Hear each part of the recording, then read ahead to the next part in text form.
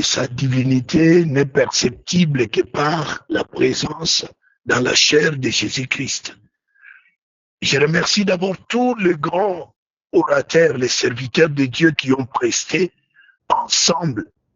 Ils ne vont pas me tenir rigueur si il m'est un peu difficile de retenir tous les noms, mais tous les orateurs, les grands serviteurs de Dieu, les apôtres, les docteurs qui sont passés, afin de nous amener à comprendre l'importance vraiment du Saint-Esprit, afin de comprendre que le Paraclet de l'Éternel est l'essence même de Dieu et que c'est sa personne et que c'est pas une entité extérieure, c'est pas un personnage à regrouper dans une organisation, mais c'est le fondement.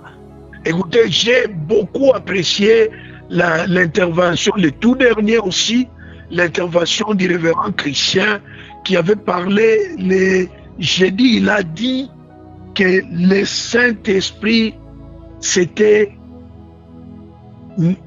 la force, le fondement même de notre existence. Et que tout ce qui a été créé a été fait par lui. Mais je vais d'abord prendre donc cette approche imagée pour dire que Christ dit à Pierre, il dit, tu es Pierre, c'est sur cette pierre que je bâtirai mon église. Et le Christ se prépare pour aller sur la croix. Il sacrifie le corps sur la croix, et mais il renvoie son esprit au Père.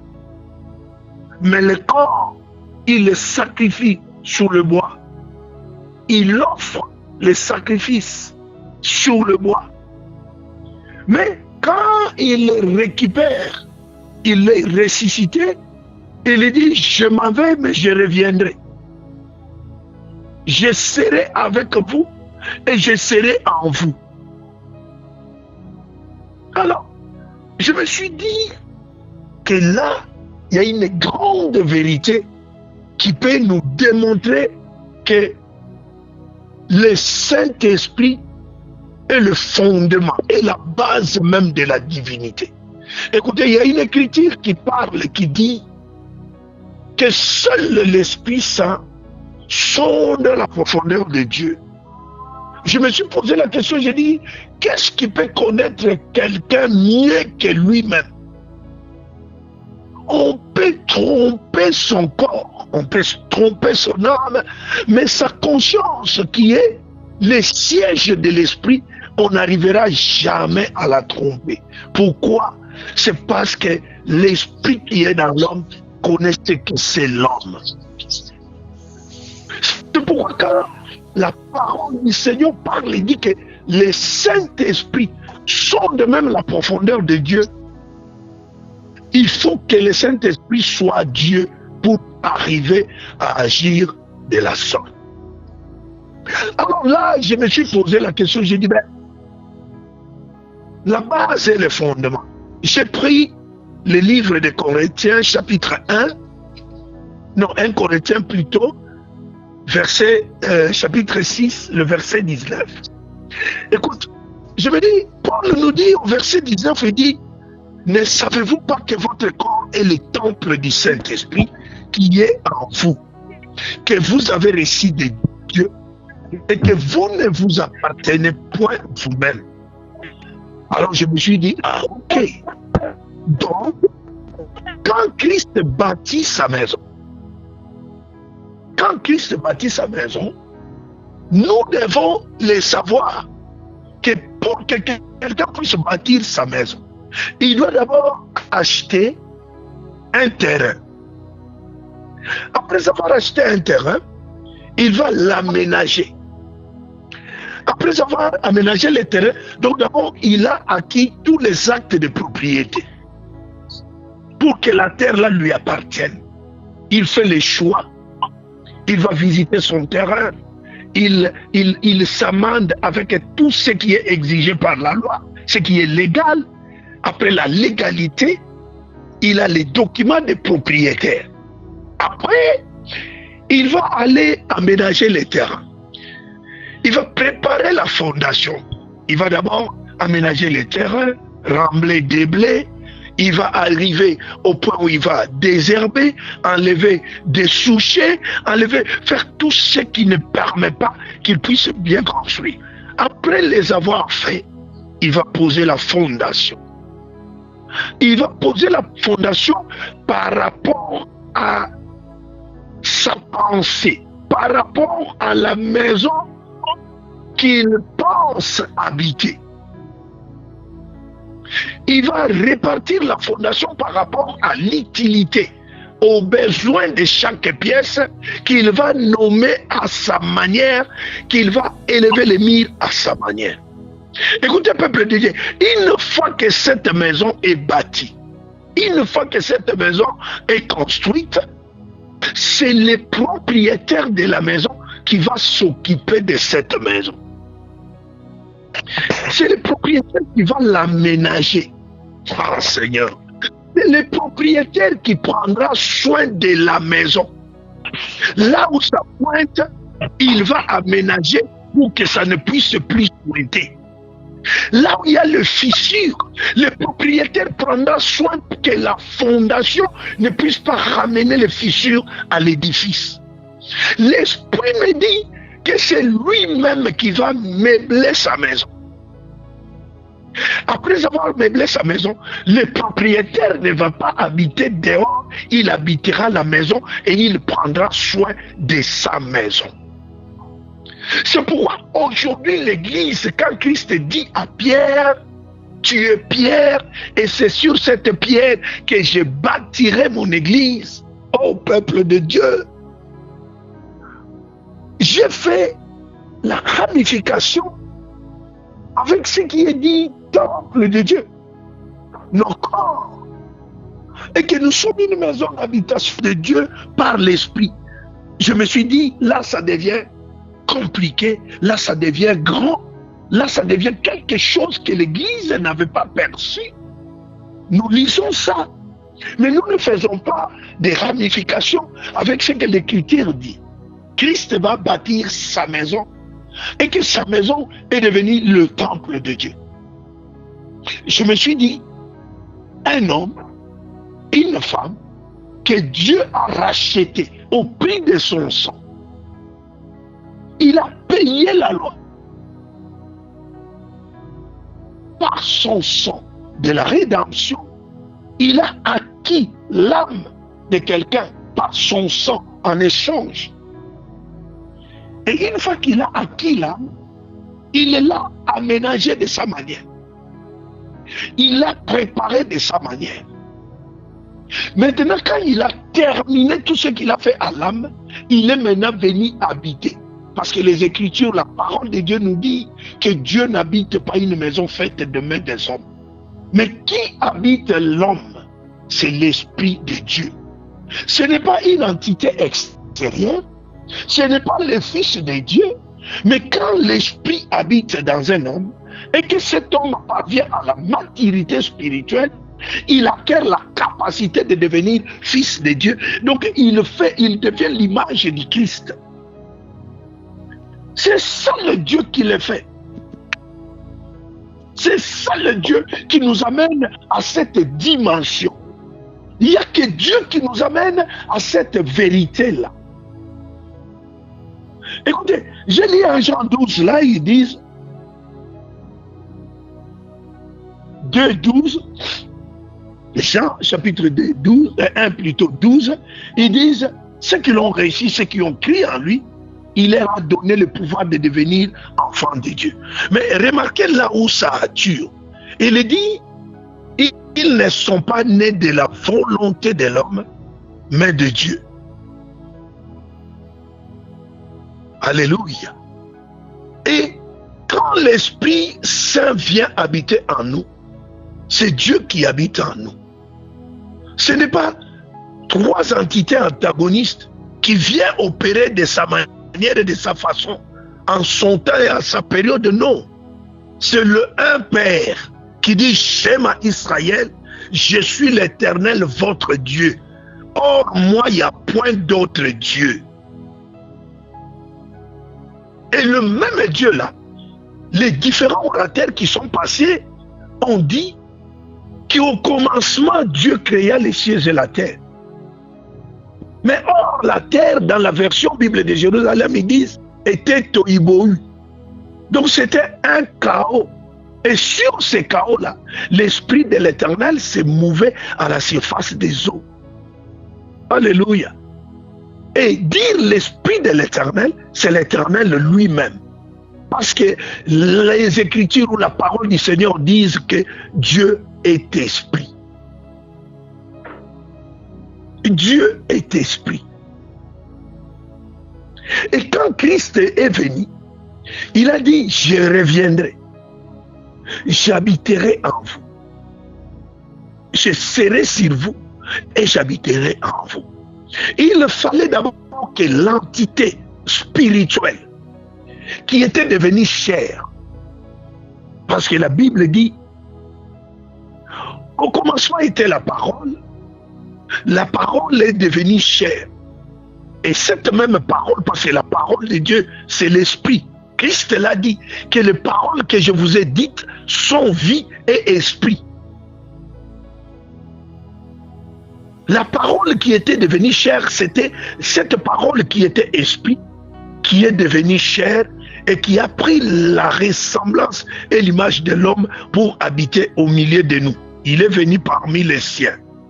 Oh bien-aimés, si nous ne maîtrisons, si nous n'arrivons pas à nous accaparer de cette réalité, jamais, alors jamais dans notre vie, la parole du Seigneur deviendra notre chair. Jamais nous parviendrons à transformer ce qui est esprit à devenir notre chair, à devenir la parole, à vivre notre foi. C'est pourquoi nous devons beaucoup tirer attention de ne pas doter Dieu de trois entités. J'ai dit l'autre fois, j'ai suivi le révérend Christian, le docteur Silas, je pense, ou Pierre, qui a parlé. Et j'insiste encore pour dire, il n'y a aucun couteau, aucune épée qui peut séparer le Saint-Esprit de Dieu et du Fils. Car ce ne sont que les manifestations d'un seul être divin, d'une seule entité, mais qui s'est manifesté dans les trois dispensations. Et cela ne fait pas de lui trois entités.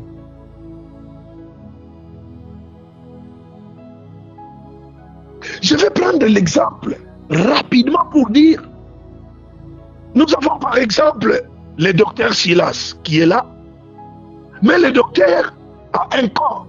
C'est ce corps-là que nous appelons Silas. Mais quel est le nom de l'âme du docteur? Quel est le nom de l'esprit du docteur? C'est là où l'Église doit tirer attention. Christ dit, lorsque vous priez, dites, notre Père qui es aux cieux. Et il nous donne la force et le pouvoir et dit, tout ce que vous demanderez à mon nom. C'est ça le danger aujourd'hui. J'ai insisté l'autre fois, j'ai dit, l'Église aujourd'hui court derrière des signes et des prodiges qui ne se manifestent pas. Parce que la Bible, la parole de Dieu nous dit, nous prions mal. Quand nous disons Dieu aide-moi, nous parlons à qui?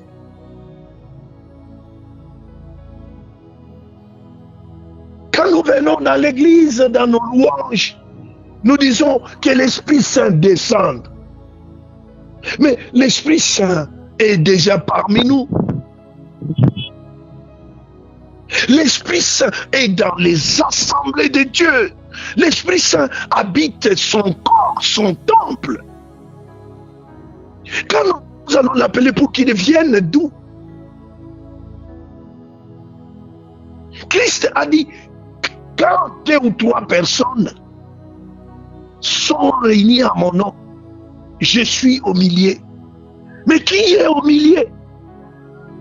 D'aucuns me diront, Jésus-Christ. Mais où est-il? Qui le voit?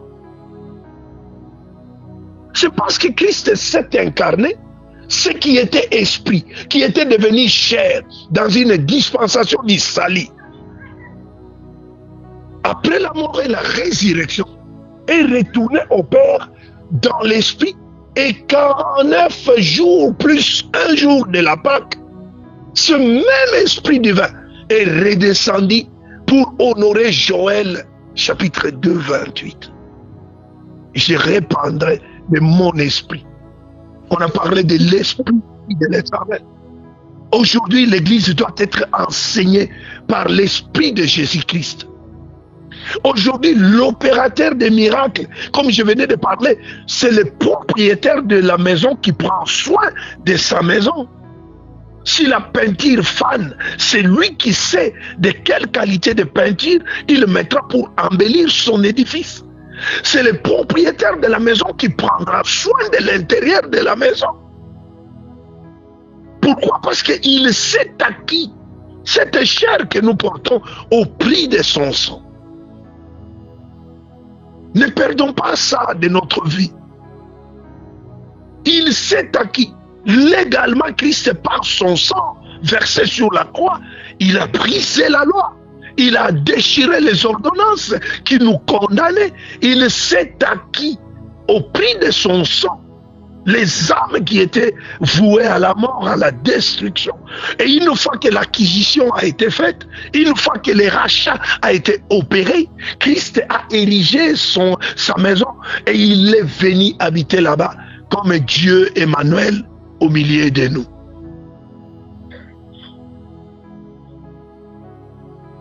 Christ, c'est l'incarnation de l'Esprit de Dieu.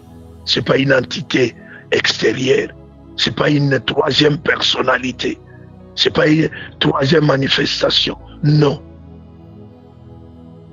Dieu a un corps que nous appelons Jésus-Christ quand il était devenu chair.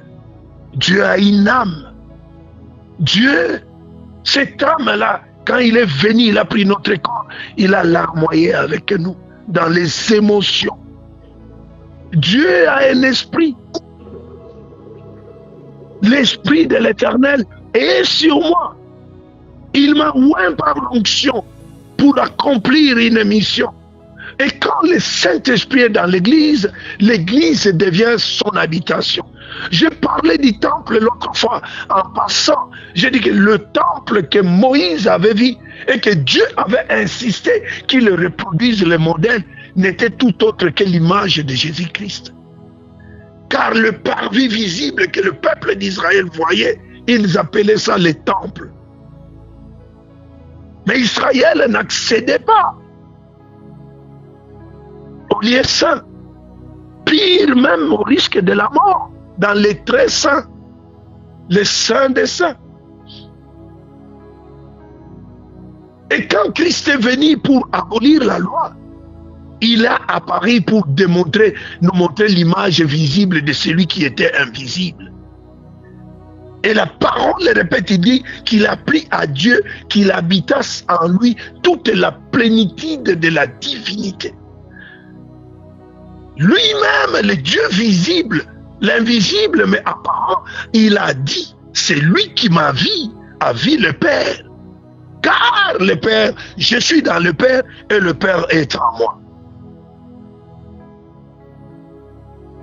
Et aujourd'hui, si l'Église n'opère pas des signes, c'est parce que comme je l'avais insisté l'autre fois, fille du Seigneur, serviteur, servante, c'est parce que l'Église s'est servie du Saint-Esprit comme le background. C'est devenu une bâche infographique où on met derrière l'Église. Nous avons élevé l'homme à la place de l'Église. Nous avons placé nos révérends. Nous nous sommes donné des noms de grandeur. Et aujourd'hui, il y en a même qui prient, qui ordonnent au Saint-Esprit. Oh Seigneur, pardonne-nous. Qui ordonnent au Saint-Esprit de faire quelque chose. On ne l'ordonne pas. C'est lui le maître des cérémonies. Le roi Chakodek, le paraclet de l'Éternel, c'est le maître des cérémonies. Écoutez, quand Christ le présente, quand la chair admire ce qui est l'essence même de Dieu, il dit, lorsqu'il viendra, il vous conduira. Donc c'est le Saint-Esprit qui doit conduire l'Église. Nous n'allons pas conduire le Saint-Esprit. Parce que la chair n'a rien de bon à offrir au Seigneur. L'intelligence humaine ne peut pas aller offrir à Dieu. Mettre la divinité à sa place. L'Église doit s'abandonner à la conduite, à la direction de l'Esprit. Parce que nous avons un seul Esprit, mais de multiples opérations. Le maître de toutes choses, c'est le Saint-Esprit. Même ce que nous faisons ici, si nous pensons le faire avec la pensée humaine, si nous pensons le faire avec nos propres sens, nous n'allons aboutir à absolument rien. Nous allons honorer la chair, mais le trône céleste ne sera pas avec nous. C'est pourquoi la parole du Seigneur va plus loin pour dire marcher selon l'Esprit. Selon l'Esprit. Donc ça veut dire le prescrit, les commandements, les ordonnances, la direction, la conduite du Saint-Esprit. Nulle part dans la Bible on a dit que nous puissions nous aller pour que le Saint-Esprit nous suive. Non. C'est le Saint-Esprit qui ordonne. C'est le Saint-Esprit qui choisit. C'est le Saint-Esprit qui appelle. C'est le Saint-Esprit qui forme. Vous serez enseignés de Dieu, dit la parole de l'Éternel. J'insiste sur cet aspect, bien-aimés dans le Seigneur, que nous puissions à un moment donné retourner dans l'église de la Pentecôte, retourner dans l'église où le Saint-Esprit envoyait les disciples. Quand le Saint-Esprit disait, mettez-moi à part Paul et Ananias pour une mission que je vais leur confier. Quand le Saint-Esprit prenait Philippe loin, plus de 44 km, qu'il l'amenait dans le désert pour aller enseigner les Éthiopiens. Quand le Saint-Esprit, après la mission accomplie, reprenait Philippe pour le retourner là où il était. C'est de cette église-là que nous avons besoin. L'église où la résurrection, les portes de l'enfer, les portes des ténèbres ne les résistent pas. Parce qu'il n'y a aucune puissance, il n'y a aucun pouvoir qui peut se mettre devant le nom de Jésus-Christ. Si on nous a laissé le nom aujourd'hui, c'est dans les sceaux du Saint-Esprit. Le visible qui était dans la chair a laissé la place à Christ qui est l'Esprit, car Christ c'est l'Esprit qui opère au milieu de nous. Nous ne devons pas minimiser la place du Saint-Esprit. La Bible dit celui qui a le Fils. Donc celui qui a atteint la maturité spirituelle. Celui qui est arrivé au niveau de devenir fils, qui fait habiter Jésus-Christ en lui. Il a la vie. Et c'est le Saint-Esprit qui nous donne la vie. Le corps est faible, le corps ne peut absolument rien. C'est l'Esprit qui vivifie. C'est l'Esprit qui nous donne la main. C'est l'Esprit qui prend nos balbutiements. Oh Seigneur, est-ce que le peuple de Dieu comprend aujourd'hui que quand Dieu nous parle, il ne nous parle pas dans nos langues? Est-ce que le peuple de Dieu, nous comprenons que quand Dieu nous parle, il ne regarde pas nos races, nos couleurs ou nos tribus? Aujourd'hui, la dispensation du Saint-Esprit ne se fie pas à Israël. Est-ce qu'aujourd'hui l'Église comprend que celui qui était dans l'échantillon Israël est aujourd'hui universel et que les enseignements du Saint-Esprit sont impératifs, imposables à toutes l'humanité.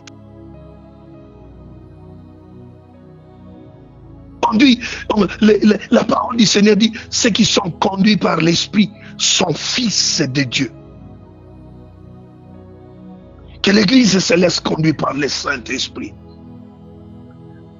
Ce n'est pas parce qu'on parle un très bon français, ce n'est pas parce qu'on a plus que Shakespeare dans la bouche, ce n'est pas parce qu'on parle mieux. Non, c'est dans le balbutiement, c'est dans la faiblesse. Je ne dis pas que ceux qui sont intelligents ou qui ont la connaissance ne peuvent pas, non. Mais la primaire doit revenir au propriétaire de la maison. Parce que c'est le propriétaire de la maison qui donne les noms et les utilités aux pièces qui sont dans la maison. Christ est allé, il a dit, dans la maison de mon Père, il y a plusieurs pièces. Oh Seigneur, alléluia.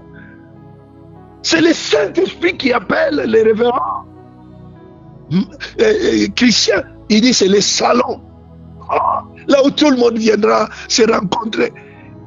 C'est le Saint-Esprit qui peut nommer le pasteur Nathan. Il dit la porte d'entrée, le paillasson, là où tout le monde viendra essuyer les pieds après avoir marché dans la boue, la poussière. C'est le Saint-Esprit qui peut élever le pasteur Silas. Il dit c'est la chambre. C'est le Saint-Esprit qui consacre, qui nous donne les capacités, qui nous donne les compétences. L'Église sans le Saint-Esprit, ce n'est pas l'Église. L'Église doit porter la marque de Christ. L'Église doit être habillée par le Saint-Esprit. L'Église doit marcher par le Saint-Esprit. Une Église sans le Saint-Esprit, il n'y a pas la vie spirituelle là-bas. C'est le charnel qui domine. C'est le plaisir de la chair. C'est l'aisance de la chair. Une église spirituelle, c'est une église où règne l'ordre. C'est une église où il y a le feu. C'est une église où les portes même de l'enfer ne peuvent pas résister. C'est une église où quand le malade entre, on ne va pas aller en Inde, on n'ira pas au Nigeria, on ne va pas aller voir un Mufumu, un Gagakisi quelque part pour se faire tailler la langue afin d'avoir le verset. On prend le petit Nouveau Testament, on le cuit, on le brûle, et puis on vous fait des entailles, vous commencez à vomir le verset. Non. Une église qui est remplie du Saint-Esprit, on ne donnera pas des coups de patte aux cerveaux, aux fidèles dans l'église pour qu'ils tombent. Oh, alléluia. Une église remplie du Saint-Esprit, c'est une église où on dit au boiteux, marche et il marche, il ne tombe pas. Une église remplie du Saint-Esprit, c'est une église où on dit aux malades, on dit lève-toi, prends ton lit et marche.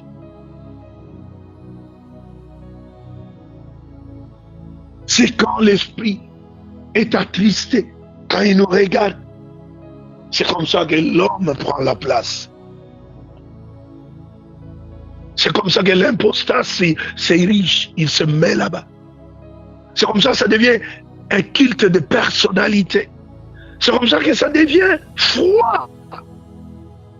Ça devient insipide. Nos cultes n'ont plus de sens. Nos prières n'ont pas de fondement, n'ont pas de base. Aujourd'hui, l'Église est en train de faire le mimétisme. Pourquoi? Parce que le Saint-Esprit n'est pas là. Chers bien-aimés dans le Seigneur, serviteurs de Dieu, servantes, filles du Seigneur, fils du Seigneur, retournons dans le feu de la Pentecôte. Désirons la langue de feu sur nos têtes. Désirons de porter dans les contenances, dans les réservoirs, les vases que nous sommes, l'huile nouvelle, qui a le pouvoir, qui a la puissance, qui guérit, qui transforme, qui change. Aujourd'hui, l'Église doit aller vers le faible. L'Église doit pénétrer dans le mal pour enlever le mal, donner la saveur. L'Église a perdu sa saveur. Est-ce que nous sommes encore les sels de ce monde? Sommes-nous réellement les sels de ce monde? Oh, bien-aimés dans le Seigneur, que cela touche nos cœurs. Que cela touche nos cœurs. L'exercice du don du Saint-Esprit est devenu magique. On a créé l'évangile scientifique. Or, la parole du Seigneur nous dit que Christ est devenu tellement visible que sa parole est venue dans le monde. Même un insensé ne peut pas s'égarer. Mais aujourd'hui, on a rendu scientifique. On a récupéré le lexique, la grammaire par-ci, par-là, dans le monde ésotérique. On est venu pour impressionner. On est venu dans l'église pour briser. Aujourd'hui, quand vous prenez un auditeur, un prêcheur de talent, ramenez-le dans nos villages, face à nos grands-mères. Il n'a pas une base fondamentale des Écritures pour les amener à Christ. Non, soyons de ces Pierre, soyons de ces Paul, qui intellectuels qu'ils étaient, qui au sommet de leur doctorat savaient placer l'évangile. Pourquoi? Parce qu'ils étaient habités par l'Esprit de l'Éternel, parce que le Saint-Esprit était en eux, parce que le Saint-Esprit opérait tout en eux, parce que le Saint-Esprit les soudait au même endroit. Aujourd'hui, nous avons des cultes où le Saint-Esprit s'est refroidi. Il est là au coin, il nous regarde. Aujourd'hui, il est difficile à l'Église de témoigner les fruits. L'Église aujourd'hui manifeste les dons, mais il ne manifeste pas les fruits de l'Esprit. Pourquoi? Parce que les dons ont été placés dans des vases creux, dans des vases qui ont suinté. C'est resté là-bas l'odeur de l'huile, mais l'huile n'y est plus. La mèche fume. Réveillons-nous. Nos mèches sont en train de fumer. Qui rallumera le feu si ce n'est le Saint-Esprit? Revenons vers la base.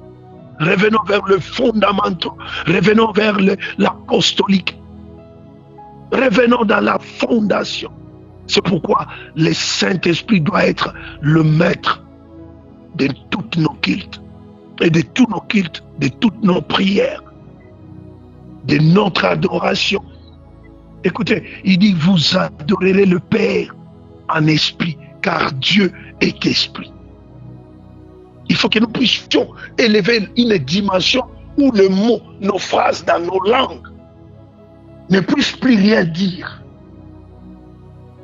Et que le peuple de Dieu, le temple, nos cultes soient enflammés, allumés par les prophétiques, allumés par le parler en langue, que nos cultes soient allumés par les visions, les songes et les rêves.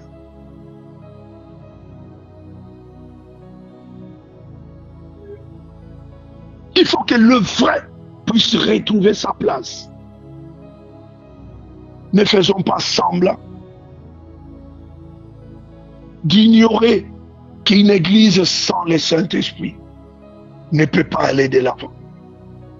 Bien-aimés dans le Seigneur, je pense qu'il y a eu des éminents hommes de Dieu qui ont parlé de la part du Seigneur, qui ont été remplis, possédés, asservis par le Saint-Esprit pour nous édifier. Ils nous ont taillés aux images que Dieu leur avait données.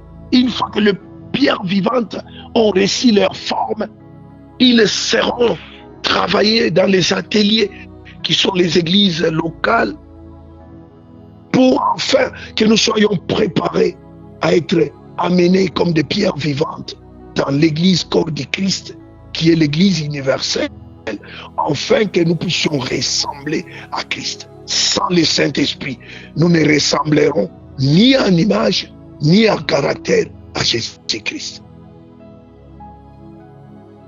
Donc le Saint-Esprit, c'est comme le sang dans le corps humain. Un corps sans le sang c'est un corps qui n'a pas de vie. Un corps dans lequel le sang ne circule. Un corps dans lequel le sang ne sillonne. C'est un corps qui ne peut absolument pas marcher. C'est pourquoi, peuple de Dieu, nous devons être remplis du Saint-Esprit. Nous devons désirer par-dessus toutes choses faire le plein. Faire le plein. Nous devons vidanger nos huiles usées. Nous devons laver nos vases avec le sang de Jésus. Afin que le vase lavé, purifié, les vases qui ont servi à stocker l'eau pour se laver les pieds, puissent en un clin d'œil, oh Seigneur, contenir le vin nouveau. Les vases qui étaient gardés à l'usage vil, je parie même comme l'eau là où on se lavait les pieds, même les bêtes venaient s'abreuver dans les vases là.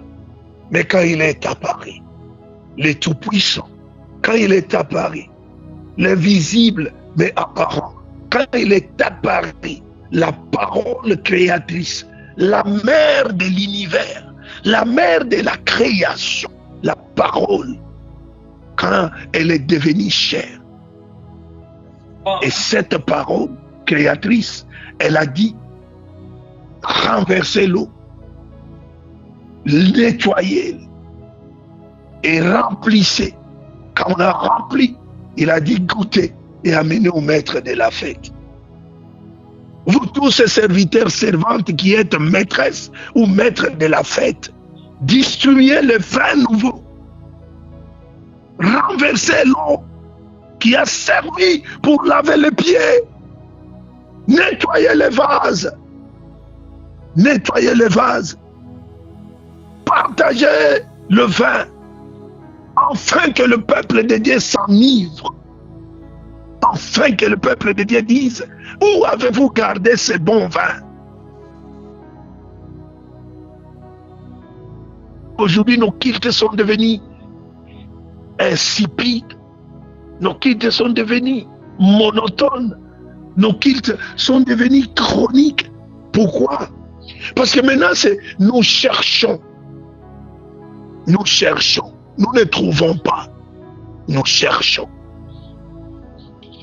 Le Paraclet a été attristé. Il s'est mis à l'écart. Il nous observe. Les hommes ont pris sa place. C'est le vase qui devait être rempli du bon vin. Afin qu'on vienne puiser en eux pour distribuer. Ils ont vidé les stocks. Ils ont retourné là-dedans l'eau qui avait servi pour nettoyer les pieds. Ils ont servi les eaux usées. Lavez les vases, serviteurs de Dieu. Lavez les vases, docteur. Oh Pierre, lavez les vases. Oh Seigneur d'amour, lavez les vases. Renversez l'eau qui a l'usage vil. Nettoyez l'intérieur des vases afin que le vin nouveau puisse enivrer le peuple. Qu'il soit ivre du Saint-Esprit, mais pas de vin doux. Qu'il fasse hic. Qu'il fasse hic. Qu'il répète encore hic. Parce qu'ils sont ivres du bon vin. Souvenez-vous, les signes et les prodiges opérés quand la promesse de Joël 2,28 s'est opérée dans les actions des apôtres. La peuplade qui était là-bas a dit, regardez-moi ces gens ici, ils sont ivres du vin doux parce qu'ils les attendaient parler. Hic. Merci Saint-Esprit. Ils faisaient hic. Ils faisaient hic. Ils parlaient en langue. Et les hic qu'eux ne comprenaient pas, c'était le Saint-Esprit, le dispensateur qui avait mis en tout un chacun. Imaginez que mon bien-aimé Kourouziza et toute sa famille, ils sont là, ils attendent les révérends chrétiens en train de parler les Kirundi. Et ils vont demander au révérend chrétien, êtes-vous déjà allé à Bujumbura même 2 minutes? Il dira non. Ça serait Les hic, l'ivresse de l'abondance du Saint-Esprit, que la bouche parle.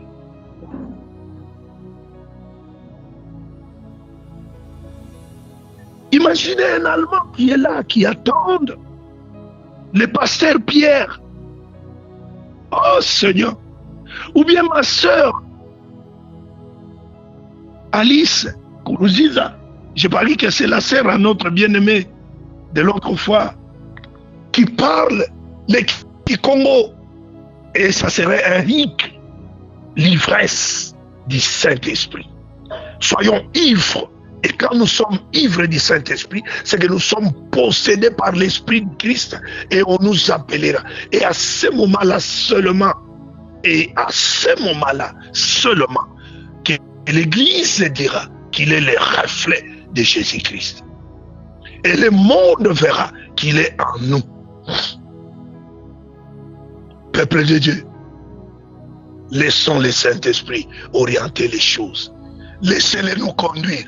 Christ a dit, quand il viendra, l'Esprit que le Père enverra à mon nom. Moi, je vous dirais que le Saint-Esprit s'appelle Jésus-Christ. Et même les Écritures disent Amen avec moi. Je vous l'ai dit, les Écritures disent Amen, que le Saint-Esprit s'appelle Jésus-Christ. Il ne parlera pas de lui-même comme entité, mais il parlera de ce qu'il a pris de moi, il vous parlera. Aujourd'hui, quand le Saint-Esprit parle à l'Église, c'est le Christ qui parle à l'Église. Parce que Christ, c'est l'Esprit. Il bâtit son Église. C'est l'architecte, le modéliste, l'acheteur par le sang de la grâce du terrain. Celui qui a remblayé, celui qui a déblayé, celui qui a dessouché, celui qui a désherbé son terrain, que tu es, que nous sommes, que l'Église est, c'est Jésus-Christ. Celui qui a déchiré les ordonnances et la condamnation, celui qui a lui-même qui s'est approprié de notre corps, qui l'a donné la forme, la fondation, celui qui a élevé les nuits pour que, à la fin, les consacrés des Éphésiens 4:11, qui sont les tout travaux. Nous ne sommes pas des ingénieurs, nous sommes des tout travaux. L'ingénieur architecte, c'est l'esprit de l'esprit. Que le paradis amène à considérer sa place, à le remettre à la tête de toutes choses. Et nous allons voir une église enflammée. Nous allons voir une église embrasée. Nous aurons des cultes qui feront rapprocher les cieux vers nous. Nous verrons l'église pleine de miracles. Nous verrons l'église où les malades viendront et sortiront guéris en train de gabander comme des jeunes gazelles. Oh, alléluia. Oh, alléluia. Oh, alléluia. Nous verrons sur ces plateformes, les chandeliers, véritablement le Saint-Esprit de l'Éternel a libre. Nous verrons des signes et des prodiges, à telle enseigne que la Bible, la parole de Dieu nous dit, Dieu parle et dit, même ceux qui touchaient les mouchoirs de Paul, recevaient par la foi l'onction qui était à Paul. Je ne dis pas que le Saint-Esprit habite les morceaux d'habit. Le Saint-Esprit habite ton corps. Il est le temple. Ton corps est le temple du Saint-Esprit. Laisse le Saint-Esprit habiter en toi. Laisse le Saint-Esprit en être le maître, le propriétaire. Il prendra soin de sa maison. Il prendra soin de son temple. Et n'oublions pas, chandelier, n'oublions pas, peuple de Dieu, si nous laissons le Saint-Esprit nous orienter, nous conduire, nous dire les A, B, C de la parole, si nous laissons le Saint-Esprit interpréter nos langues, en amenant la langue de Dieu à la compréhension des hommes, si nous les laissons nous donner le vrai vision, si nous ne falsifions pas les Écritures pour chercher à impressionner, mais nous parlons de la part du Saint-Esprit, nous verrons le monde changer, car nous serons le véritable sel du monde et nous serons le vrai lumière du monde afin d'éclairer, afin de donner la saveur à l'Église corps du Christ. Que la parole de ce soir puisse vraiment amener à nous la transformation, que nos faces soient lavées, afin qu'en nous réside l'huile, afin que l'eau qui était là, les sables, la boue qui était au fond de nos criches, quand on lavait les pieds, quand les bêtes venaient s'abreuver, que ça change, que dans ces vases-là, il y ait le vin nouveau. Le vin qui va nous enivrer, le vin qui nous fera dire hic, hic, comme des soulards remplis du Saint-Esprit. Le vin qui nous fera parler comme les jours de la Pentecôte. Esprit descend à moi, Esprit habite à moi. Le vin qui nous fera chanter, oh, qui sortira une langue de louange de nos bouches. Le vin qui nous fera une louange à la grandeur de Dieu. Que ce don, l'huile nouvelle, puisse remplir nos vases, bien-aimés dans le Seigneur. Que la parole de ce soir soit une parole d'esprit, que ça entre en nous afin de nous transformer, de nous donner l'autorité et le pouvoir dans les corps, dans le monde. Que nous soyons la lumière du monde, le sel du monde. Parce que si nous sommes dans le monde, nous ne sommes pas du monde. Mais nous attendons l'avenir prospère, le plan merveilleux de Dieu. Quand tout sera passé, nous serons établis dans la nouvelle Jérusalem, la nouvelle terre et les nouveaux ciels. Que la parole de ce soir nous habille, nous remplisse, nous comble, afin que les charnels puissent laisser la place au spirituel. Que Dieu, Emmanuel, soit parmi nous et en nous par l'Esprit de Jésus-Christ. Amen. Amen, amen, amen, amen, amen, amen, amen, amen, amen. Papa Michel prend le volant. Amen, amen. Amen, On peut amen. encore acclamer la parole de ce soir. Amen. Amen. Amen. Le Saint-Esprit est fidèle.